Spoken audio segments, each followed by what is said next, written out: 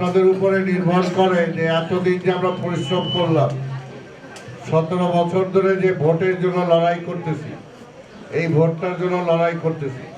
আপনারা জেলে গেছেন, আপনারা বিভিন্নভাবে নির্যাতিত হয়েছেন এই ভোটটার জন্য।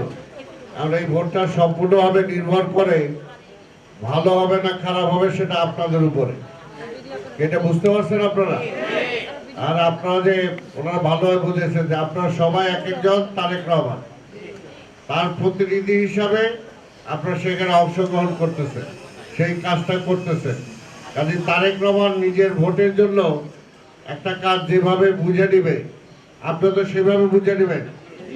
আপনার যদি একটা ব্যাপার হতো আপনি বুঝে নিতেন না, ঠিক এইভাবে আপনি যেভাবে আপনারা বুঝাইছেন, ভাই বুঝাইছেন, আপনারা সেইভাবে বুঝে নিয়ে নির্বাচন যাতে রেজাল্টটা আমরা নিয়ে আসতে পারি। এখন মাঠে আমরা সবাই বলি যে মাঠে তো ফসল আছে, কাইটা তো নিয়ে আসতে হবে। নিয়ে আসার সময়টায় দায়িত্বটা কিন্তু আপনাদের। দায়িত্বটা কার? আপনাদের দায়িত্ব। এখানে আপনারা যারা সেদিন ভোটের গণনায় ওইখানে দায়িত্বে থাকবেন, ভোট দেওয়ার সময় দায়িত্বে থাকবেন, আপনাদের উপরে মোটামুটি এখন সব নির্ভর করে। 5 দিন বাকি আছে, মানে আমরা প্রচার প্রপাগান্ডা হয়েছে, বাকি 5 দিন ওনারা খুব ভালো কথা বলছে। এই কথাটা কিন্তু আমি আপনাদেরকে একদম ভেরি বিগিনিং বলে আসছিলাম যে আপনারা সেন্টার ওয়াইজ ভোটার লিস্টটা ভাগ করবেন, ভাগ করে সেখানে যে পুলিং এজেন্ট হবে সেই পুলিং এজেন্ট প্রত্যেকটা বাড়িতে বাড়িতে যাইতে হবে যাতে আপনারা চিনতে পারেন। এই কথাটা বলছিলাম আমি আপনাদের, দেখছেন আপনারা কিন্তু আবার ওই কথাটা বলছে। এইটা এখনো সময় আছে, কারণ যদি আপনি প্রটেস্ট করতে চান, কাউকে চেনেন না তার ব্যাপারে প্রটেস্ট করতে চান, একটা মৃত ব্যক্তি ভোটার যদি কেউ দিতে আসে সেটা যদি আপনি বাধা দিতে চান, তাহলে তো আপনাকে জানতে হবে। আর আপনি যদি না জানেন যে ওই বাড়িতে 20টা ভোট আছে, 20টা ভোটের মধ্যে 10 জন নাই, বাকি 10 জন আছে, এই 10 জন তাহলে হঠাৎ যদি আইসা পড়ে, তখন তো আপনি সেটা প্রতিবাদ করতে পারবেন বা চ্যালেঞ্জ করতে পারবেন বা জিজ্ঞেস করতে পারবেন যে আপনি এখন কোথায় থাকেন, আপনি কোথায় থাকেন, আপনি কিভাবে আসলেন। এটা চ্যালেঞ্জ করার জন্য, কারণ আপনার ওই দিন আপনি চ্যালেঞ্জ করার জন্য যে কোনো রাইট আপনার আছে, এটাও কিন্তু ওনারা বলছেন। এখন আমার তো এখানে আর বক্তব্য দেওয়ার কিছু নাই, শুধু একটাই কথা যে আগামী 12 তারিখ ইনশাল্লাহ কি আমরা দায়িত্বটা ঠিকভাবে পালন করব। এই যে দেখেন তারপরও কয়েকজন কিন্তু আগে চলে গেছে, ওই দিনও কি এরকম হবে?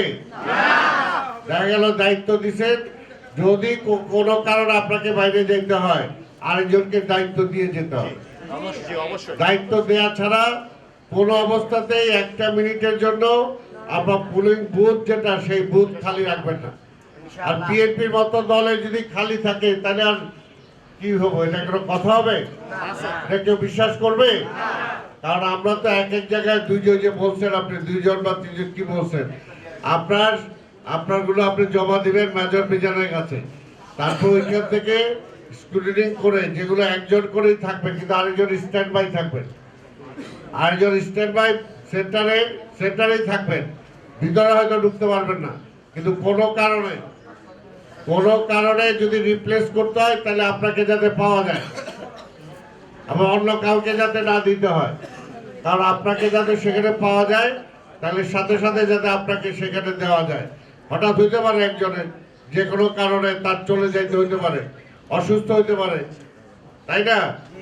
জরুরি কাজে তাকে বাইরে যেতে হয়, এমন জরুরি কাজ যেটা অ্যাভয়েড করা সম্ভব না, যাইতে হইতে পারে, তো সেই কারণে রিপ্লেসমেন্ট দরকার করতে পারে। এই জন্য কিন্তু প্রত্যেকটা জায়গায় আমরা 2 জন করে একটা ম্যান্ডেটরি রাখছি, প্রত্যেকটা জায়গায় 2 জন করে আছে। যে জায়গায় আমার 1 জন লাগবে 2 জন, যে জায়গায় 10 জন লাগবে 20 জন, এইভাবেই তো আপনাদের ঠিক করা হয়েছে। হ্যাঁ, এই জন্য এটা আপনারা মনে রাখবেন। আর সব কিছু আপনাদের কাগজপত্র যা লাগে সব দপ্তর থেকে এইখান থেকে আপনাদের বুঝিয়ে দেওয়া হবে, মেজর মিজান বুঝিয়ে দিবে আপনাদেরকে, এবং আপনাদের জন্য যা যা কাগজ কলম কালি কি কি লাগবে না লাগবে সব কিছু আপনারা পেয়ে যাবেন। এবং আপনাদের ভোটার লিস্ট সেদিনটার জন্য আলাদা আবার দেওয়া হবে। আর এখন যে ভোটার লিস্ট আপনাদেরকে দেওয়া হয়েছে সেটা যারা ভাগ করে ইতিমধ্যে গণসংযোগ করছেন, ভালো না করে থাকলে যে 5 দিন সময় আছে, এই 5টা দিন কাজে লাগাবেন। কি বলেন, লাগাবেন? লাগাবেন। আপনার দায়িত্বে যে কয়টা ভোটার, যে কয়টা 250 হোক, 500 হোক, 300 হোক, 2000 হোক, যে কয়টা আছে ওই কয়টা লোকের কাছে বারবার আমরা বলছি যে আপনাকে যেতে হবে, আপনি তাকে চিনতে হবে, কতজন অ্যাবসেন্ট আছে আপনি ভোটার লিস্টে মার্ক করে রাখবেন।